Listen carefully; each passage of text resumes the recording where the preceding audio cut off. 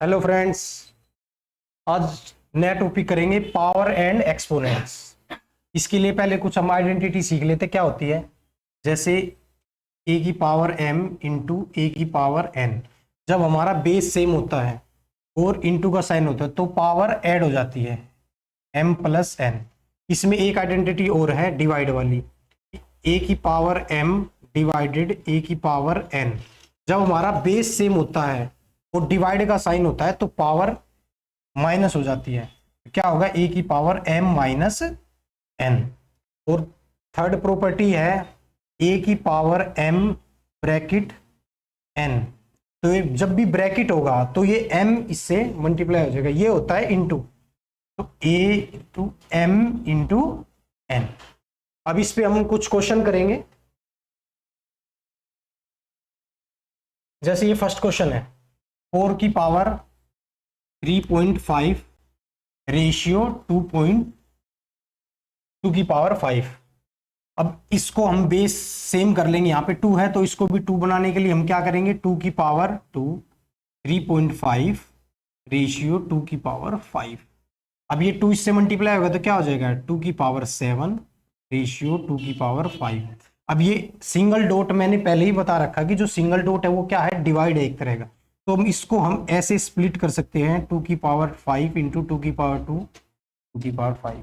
2 की पावर 5 से 2 की पावर 5 कट हो जाएगा और 2 की पावर 2 कितना होता है 4, और यहाँ पे कुछ नहीं है तो 1, तो 4 रेशियो 1। इसमें क्या है, सेकेंड आंसर। इस पे एक और क्वेश्चन करते हैं।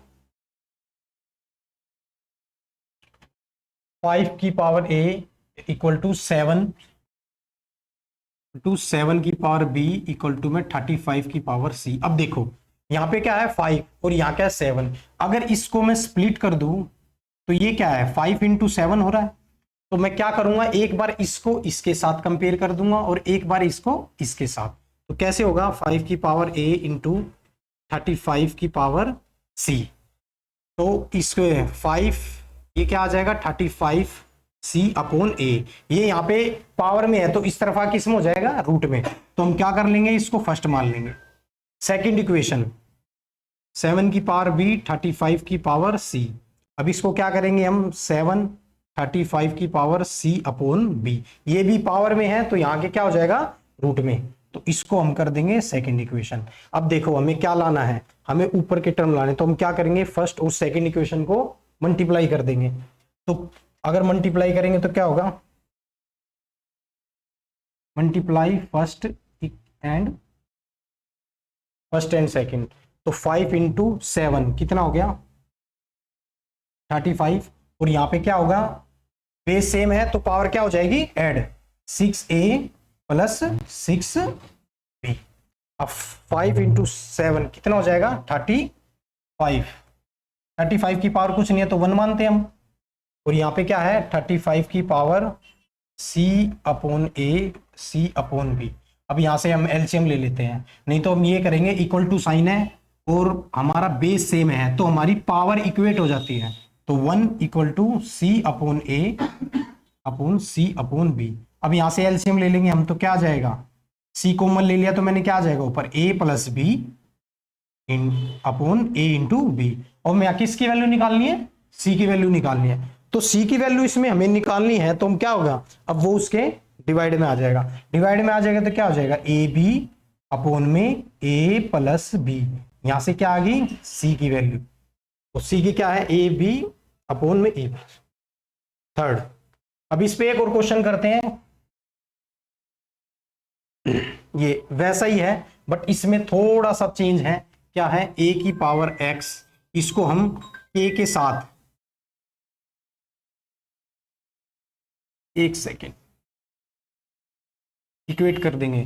तो क्या है, a इक्वल टू यहां से क्या हो जाएगा 1 अपॉन x। तो ये हो जाएगी फर्स्ट इक्वेशन। अब सेकंड को भी ऐसे ही ले लेंगे, बी वाई अपॉन के। तो b इक्वल टू क्या हो जाएगा k अपॉन की पावर 1 अपॉन वाई। इसको हम क्या मान लेंगे, सेकंड इक्वेशन।